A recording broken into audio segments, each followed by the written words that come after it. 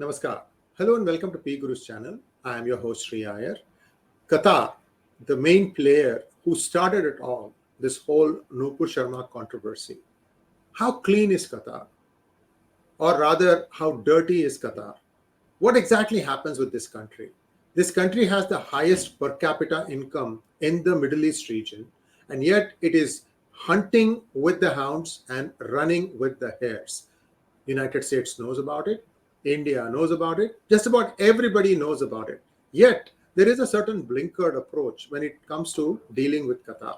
To understand this, what kind of funding has gone into Qatar, how Qatar creates subversion among countries, we are today going to talk to Abhinav Pandya. Abhinav is not a stranger to our channel. He has been here before. But this is probably going to be one new look into the shenanigans, the underhanded things that are happening that are meant to destabilize India. Here we go. Abhinav, namaskar and welcome to PGurus channel. Namaskar, Shri. Thank you very much for inviting me, and I have prepared a PowerPoint presentation for exploring and investigating Qatar's terror funding business in India, and I would like to begin with that presentation. May I? Absolutely. Yeah, go ahead. Thank you. So first, pure facts. Okay. Well, when it comes to Arab countries, let me mention it at the outset that Qatar and Turkey is not exactly an Arab country, but Qatar and Turkey, they are like close friends. Okay, Qatar and Turkey, and also their brother in South Asia, Pakistan. These three states have had very strong relationship with the global terrorist and extremist organizations ranging from Al-Qaeda, Jabhat al-Nusra, Muslim Brotherhood, Harkatul Mujahideen, Jaish-e-Mohammed, Al-Qaeda, and everyone, all sorts of cases. Now coming to the Qatar, in the recent controversy, we saw that Qatar spearheaded this, global movement or this, conspiracy against India, defaming India for a reason which was completely uncalled for something which did not happen. I'll come to that later. But before that, I will explain. I would like to mention what are Qatar's credentials. So Qatar has been funding extremist and Islamist organizations in India for last many decades. I conducted an investigation into in the Qatar charities transactions with India, and this project was given to me by a Middle East Forum, which is a Washington DC based think tank, and they were also investigating Qatar's similar funding processes in US. So Qatar was funding these Islamist organizations in US also. They came across a cache of documents which had around 1,200 transactions which were routed to India. So through those transactions, Qatar was sending money to Indian Islamist organizations.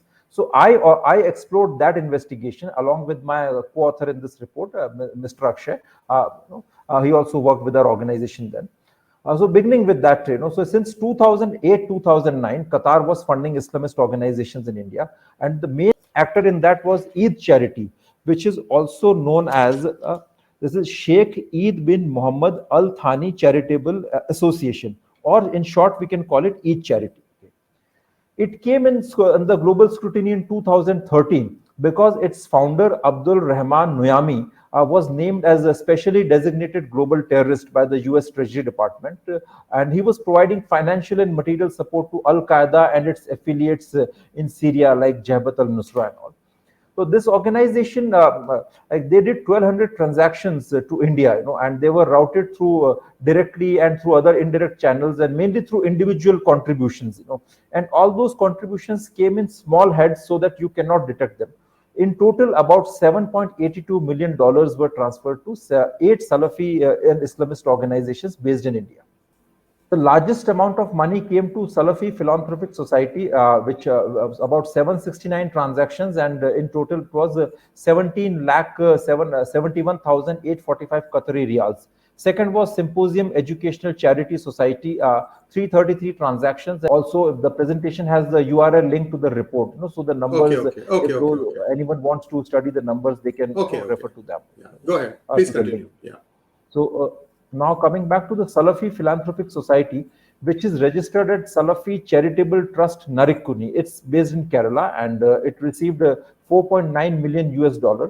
It was run by this particular society was run by RAF, which is again a Qatari charity, and this RAF is blacklisted. It has links to the member of the Qatari royal family. This organization was blacklisted for terror financing. It was funding Al-Qaeda affiliated groups like Al-Nusra in Syria and Muslim Brotherhood fighters in Sudan.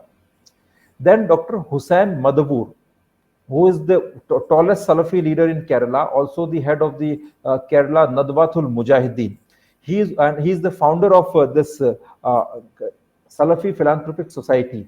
He's also quite an interesting character. We need to study his personality also. So he has always supported Peace Education Foundation, which is another very radical and extremist foundation based in Kerala, and they have been radicalizing school children in their schools through some very dubious and problematic content.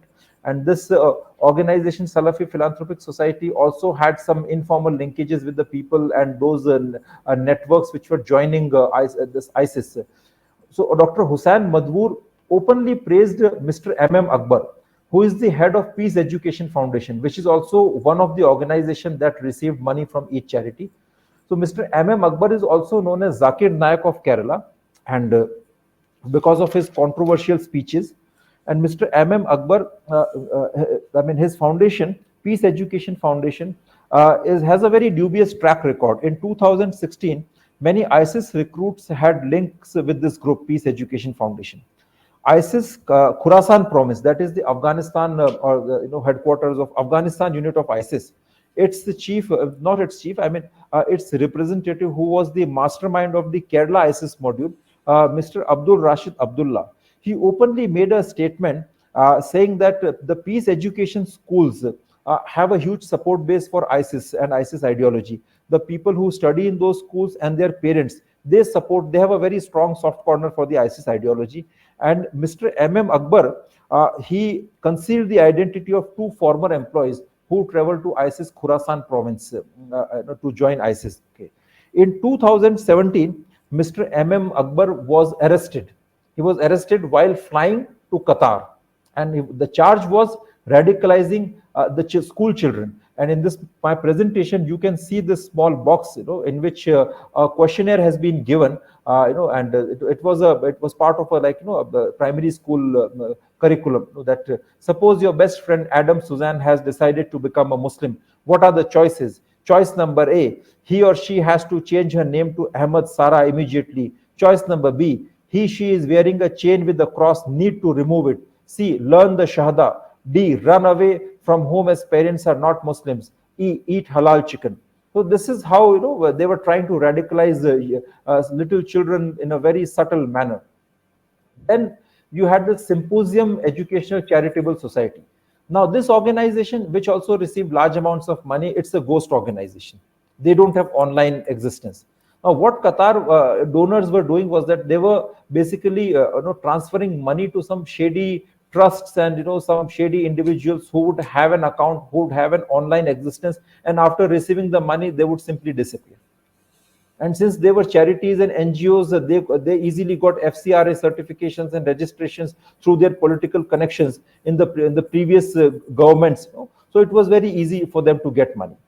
And the Symposium Educational Charitable Society was giving money to Al Farouk Group, which is another an Islamist charity group based in a small locality of Siddharth Nagar in Etawah district, UP. Now just imagine the kind of penetration which they have. We say that Qatar is a small, tiny country at some far away location in the Middle East. Just see the kind of penetration and the connections which these groups have in the hinterland of India, the remote places of India. This Al Farouk group was directly funded by each charity, and it has always held a very dismissive stand against Hindus, and not only against Hindus but against the Sufi Islam and also against the Barelvi practices, which are the dominant strain of Islam practiced in India. Then there was another Al Safa Educational and Industrial and Islamic Charitable Trust. Its chief, Maulana Sheikh Mehraj Rabbani, has given controversial speeches against the Sufi Islam and Barelvis, and he was also found involved in some gold fraud and smuggling cases, and the money was being funneled to some radical extremist groups. Okay? This is how they were doing. And we see that, in Kerala, most of these groups were based and this money was coming from Qatar. And Kerala has always given a very safe, fertile growth to groups like PFI, PFI, which has emerged as the biggest villain in these countrywide riots, which are happening over the last 1 year, or say, I mean, more so over the last 3-4 months. PFI has come as the biggest villain. And PFI has very well flourished, and it has grown in Kerala, and with its Salafi beliefs.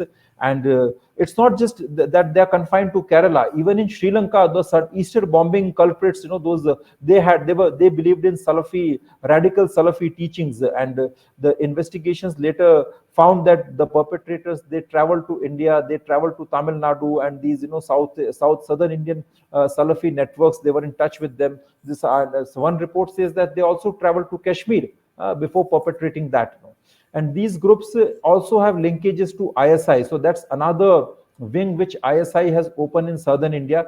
Sri Lanka and Kerala, they are very strong hubs of that. So this is my story of Qatar. When Qatar actually leads this movement against India, we must keep in mind that Qatar has a very strong track record of funding terrorist organizations and terrorist charities, not just in India but in the Western world also. But then we should not judge the other Arab countries, by the same yardstick, because the other Arab countries like Saudi Arabia, UAE, they have been very cooperative with India on the counter-terrorism front, and they have always been very friendly and very supportive with India.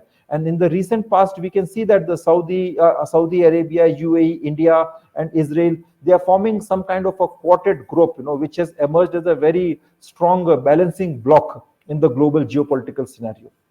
This is my story of Qatar, and now we can move to the other parts of our conversation, that is Nupur Sharma and the ongoing controversy. Very good. Now, the opinion is overwhelmingly against the stand taken by the government. I'm going to put it out right there. The opinion in the country is, they are saying, look, two reasons why people are really, really disappointed with BJP. First is that this was a reaction to an extreme, actional, questionable way in which somebody else said. This person was just trying to react to that. Second thing is, what was it that person, Nupur, said that was wrong? So how do you see this thing? Why did India suddenly do Sashtang Dandavat to Qatar? Well, personally, I see this whole, the entire saga in which the issue got, blown out of proportion, and, the way it was managed by the government as a big fiasco. Actually, initially, if you look at it, it had died down. And then, as per many reports in the media, like the way they are circulating, it is said that this alt news fellow, Zubair, and these guys, they conveyed it to the Al Jazeera, and they made a big, story out of it. Al Jazeera is again a Qatari institution, Qatari entity. Okay? Now, as an objective analyst, I don't belong to the government. I have no connection either with BJP, RSS, nothing with the government. I have never attended any of the institution to which they are associated. But as a modern man who has undertaken secular rational education, I have some very primary questions. To begin with, Prophet is a very respected figure, not just for Muslims, but for all of us. Peace be upon him. He is one of the great saintly leader, enlightened soul. So now, and in India, Muslims constitute the largest minority. So definitely, anything that pertains to their belief system is very sensitive in India. Though India is a secular country ruled by constitution, religious laws are not applicable in India. But then, as a matter of practice, we are very sensitive to the religious beliefs of various religious communities. So now, given that background, my question is that, first of all, we need to ask what happened in the entire episode. What did the lady say? What were the words used? Was it abusive? What was the intent? What was the background? As far as I am told, she quoted it from the Hadith. She quoted an incident from the Hadith. Okay, and then there was a certain backdrop, and they were engaging in a debate where the other side had also said something. Now the question is that, this is such a serious matter. Prophet is the most paramount figure, in entire Islam and for all of us. The Prophet is not something which is to be used for projecting or for some kind of a political gains, which countries like Qatar and groups like PFI used in this entire matter. This matter couldn't have been dealt in such a frivolous manner that someone said that some lady insulted, and people and the government of India They just, without any investigation, without any exploration, without any inquiry, they simply believed. Question is it's a very serious issue pertaining to the 21 crore, 20 crore Muslims of India. So it should have been taken very seriously. They should have initiated an inquiry that was there an insult or not. And secondly, since there was no inquiry, they simply accepted, that yes, and all our foreign ministry was, they didn't lose a second in, proclaiming that, well, there was an insult, this, that. Okay, I doubt if any serious religious scholar with independent-minded Islamic scholar was even consulted in this matter. So the government became the judge, jury, and executioner in this case. Yes, and ideally they should have been. and actually, the easy way out, in my opinion, was that, look, India is a democracy. There is freedom of speech, and everybody is allowed to air their views. It's not as if the other side is, blown purely driven snow. They are pure as driven snow. These people Certainly. Actually they were inciting. They were passing very lewd remarks about Shiva, and see, this is where it is. They always do this thing, and somehow we always take the bait.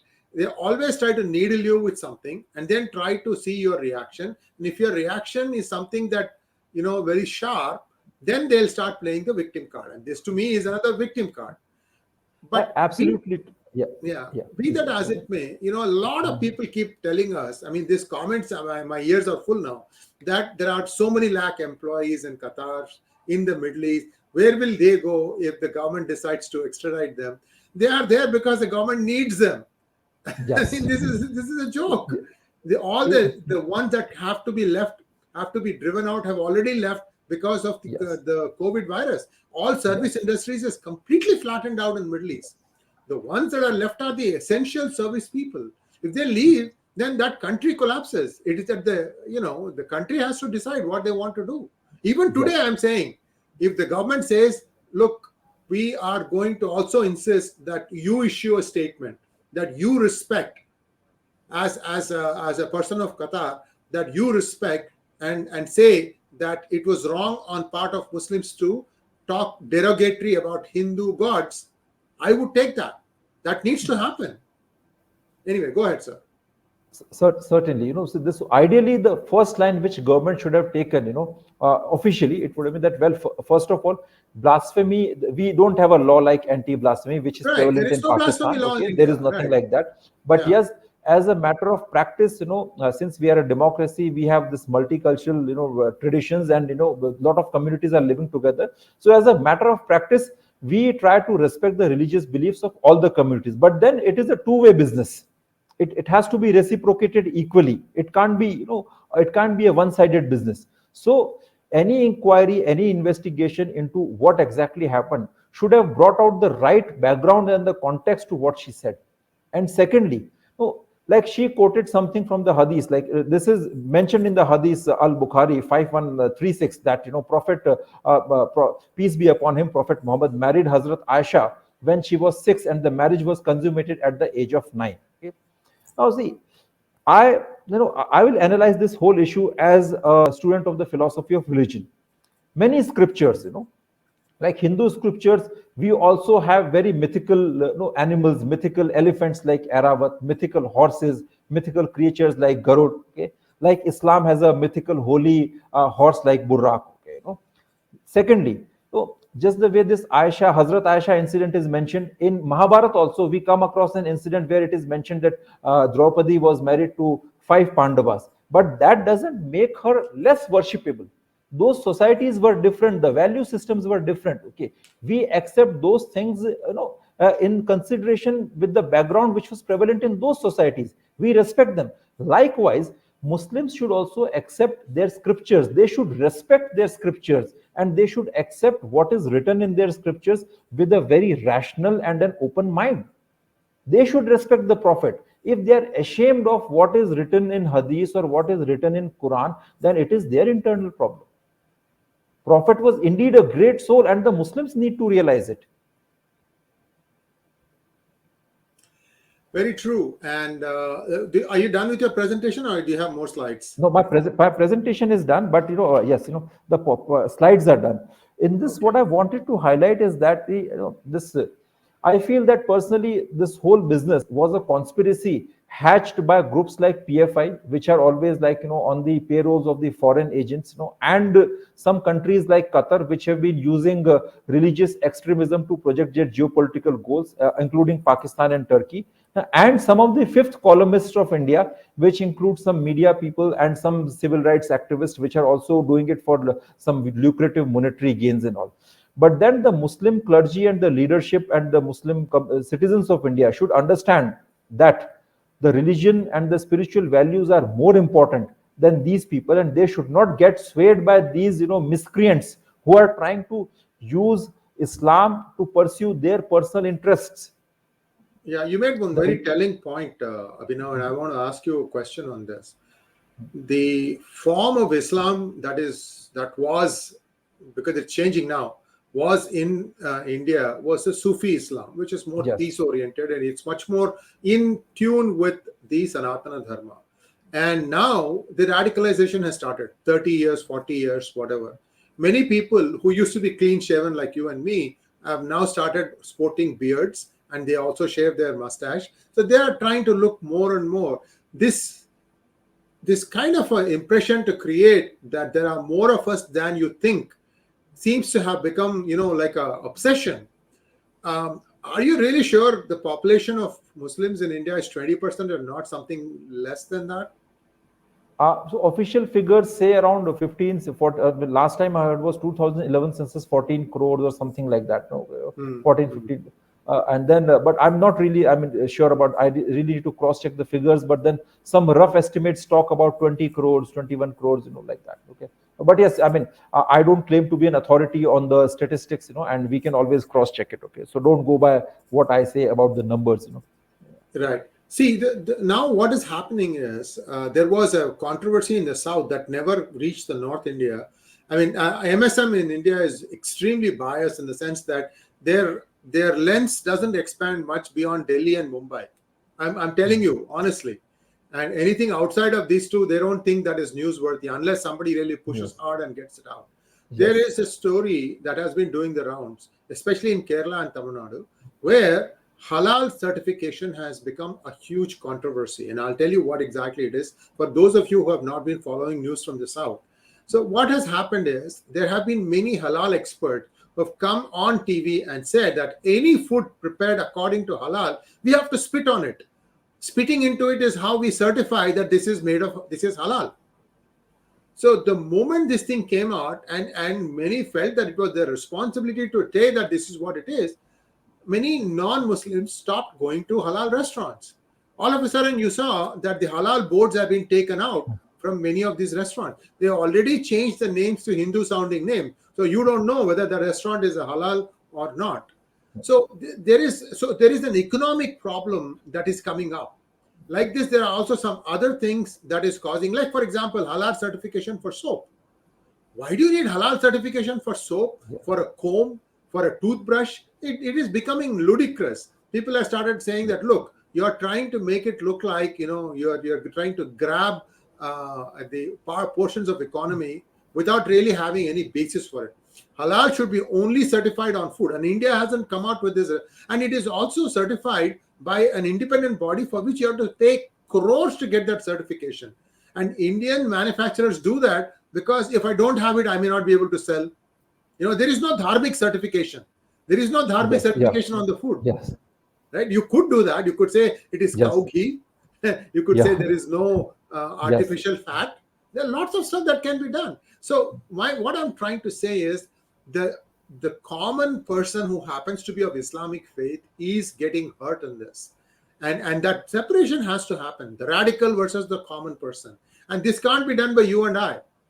Many Muslims are now beginning to murmur that the mosque I used to go to is not looking the same. Too many people that I don't know. So there is some importing going on also of these radical elements. Have you taken a look at that concept?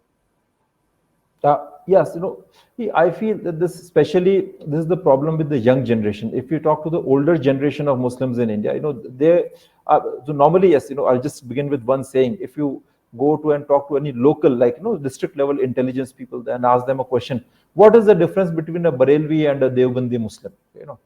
And so that fellow, like, is a simple constable or a deputy superintendent police, okay, who has no idea, or a IPS officer, like, who has no idea about these, the academic part of it, or the theological part of it. He would say, sir, Barelvi Muslims, they look like us, and Deobandis don't look like us. They are different. And what is the other difference? Okay, so the older generation is the Barelvi type, and the newer generation is moving towards the Deobandi type. Okay? So you can see the clear distinction. This is the problem with the new generation, and this is basically why it is happening, because of the certain leadership. So leadership of Islam has come into the hands of the Mullah Maulvi class, and this process actually began in 1980s, with this whole Soviet and Afghan thing and all that. Before that, in the Sufi Islam, it was a relationship between you and the God, 𝙒𝙬𝙤𝙀𝘀𝑒, that's what they called it. Okay, but the moment this ownership of Islam came in the hands of Mullah Maulvis, the focus shifted away from the spiritual essence, and it shifted towards the outer trappings, those which are very ritualistic in nature. And these people, they simply started to literally take the traditions and sayings which were written 1400 years back, and and without any understanding of them in the present context, they start to impose them literally. So with that, and the young generation, which has no the spiritual depth or no rigorous knowledge of Islamic scriptures, would simply believe that something which comes from the Maulvi or a Islamic cleric. Even like in the recent controversy, I guess if we talk to some expert on the Salafi Islam, or proper from Saudi Arabia, let's say, and then ask them a question, like Muhammad bin Salman also said that that we accord primacy to Quran is more important for us than Hadith. That's what Muhammad bin Salman said, but no one gave a fatwa against him, because that's the status. Quran is the word of God, which was which Prophet realized in his state of trance. Hadiths were his sayings. So definitely Hadiths also have a spiritual holy value, but not as strong as Quran. So these differences, these Mullah Maulvis who are not very well educated, they didn't know, especially these nuances and intricacies. And the young generation, which was completely enamored with this radical version, they came into that trap. And besides that, there is a huge economic angle. These people who are using, especially, I would say, these religious concepts and religious, ideas, like halal certification, and also this, blasphemy law. They are also claiming political and economic power, political and economic leadership. So this radical class, this extremist class, this is at the top level. Since they lead, that's why we feel that they are very dominant, but they're not huge, they're not in large numbers, they are superficial, they are at the surface, and they are very clever, intellectually sharp people, those who are able to manipulate especially the common ordinary citizens and the religious concept for their own economic and political gains.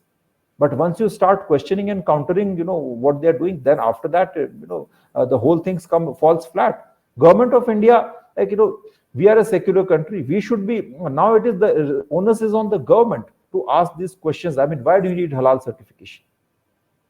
This is a very institutional, this whole idea of halal certification is an institutionalization of a religion, and into a public domain, and that, this penetration of religious institution, religious doctrine in a very organized institutional manner in a public space, that too in a secular country, it is completely against the ethos and the rules and regulations of a democratic country. So that is the call which the government has to take.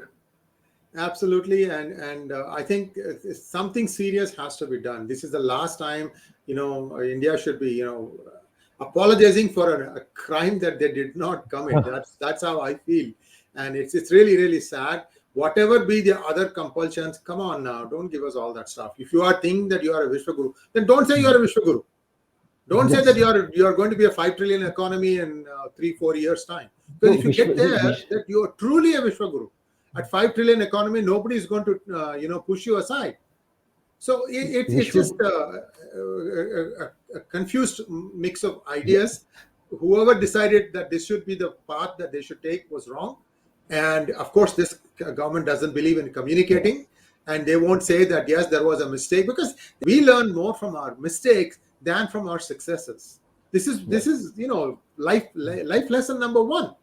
And if you don't do that, then it will keep on perpetuating. You'll have one average person with a certain bent of mind trying to tell you how you need to, be conducting external affairs. Very, very sad. Anyway, thank you so much, Abhinav. And we'll be back again with Abhinav. This is a very important talk we had. The reason is Abhinav has spent a lot of time studying these organizations, and his book, you should definitely buy it. We'll put the data and the links in the description so you can go and take a look. He just recently published a book.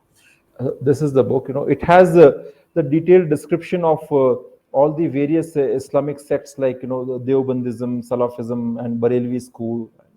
Radicalization scenario in India. It also talks in detail about the Kashmir's radicalization scenario, also about the Kerala's radicalization situation. And interestingly, in this book, so this was published in March 2019, written around almost an year before that. In this, I predicted Pulwama attack. And I discussed in detail about the PFI and all its, various pan-Islamist activities in this book, and its countrywide ambitions also, long back in 2009, and kind of more or less almost wrote that, they are going to organize such activities across the country. And now those things are coming true. So hopefully, I guess, this should be of some use to the readers. Viewers need to understand, money is no object. They have a lot of money. They have lots of money. And even these outside contributions are just a tip. There's not much. The actual internal economy is quite strong, and they can source almost infinite amount of money. The questions that intelligence needs to be doing is, you need to know when stones are being stored up, when other sharp objects are being shored up in mosques. Okay, so you can say, what about Hindu temples and churches? Well, if you can find any place where you're finding these things, yes, you have to add there too. Especially when when there's a temple and a mosque face to face, what is the temple going to do? Just sit and take the blows, or what? So this is the other problem. Temples have huge collections of laddus and ghee, basically, massive collections of stones. Well, what I was saying is that, especially the state intelligence units, they are in a complete dysfunctional state, defunct state, and the kind of, so now the way these protests were organized across the country, it clearly demonstrates a pattern. First, and in this pattern, there are a few things. PFI has a countrywide reach. They have sleeper cells. They have local coordinators who are able to form quickly WhatsApp groups, and they have local volunteers, and they have their people visiting these small cities and spreading radicalization narratives and those doctrines and materials and all. And these are the things which our intelligence agencies at the grassroots level, they couldn't keep track of. They were found completely they were caught unawares. They were sleeping. Yes, and viewers, I put out a video yesterday that was Rahul Gandhi the gaslighter, and then that started this whole thing. Again, these are all theories. There is a very opaque functioning in the intelligence. Of course, intelligence has to have some secrets in their hands. But if at least we know that of 100 attempts, 50 were thwarted, at least that's a number that they can hang their hat on. Of course, this government is not going to say that. But at the same time, it is our duty to try and get to the bottom of these things, because the average Muslim is a law-abiding citizen, and we want to make sure that they don't get hurt because of the misdeeds of some miscreants. So in the recent Kanpur riot case, government played a very smart role, especially the UP government. That riot could have exploded into something really major, serious. But then the timely intervention prevented the things, and we must appreciate what government did. And certainly the way government handled that kind of riot, like keeping the innocent people out of the dragnet and punishing the guilty, that is the approach which we have to find and use. And something which you said just now, that separating the radical extremist leadership away from the common ordinary Muslims, and not letting them dilute the spiritual essence of this Sufi Islam which is prevalent in India, which has merged and which has grown with the Indian cultural and Sanatan ethos.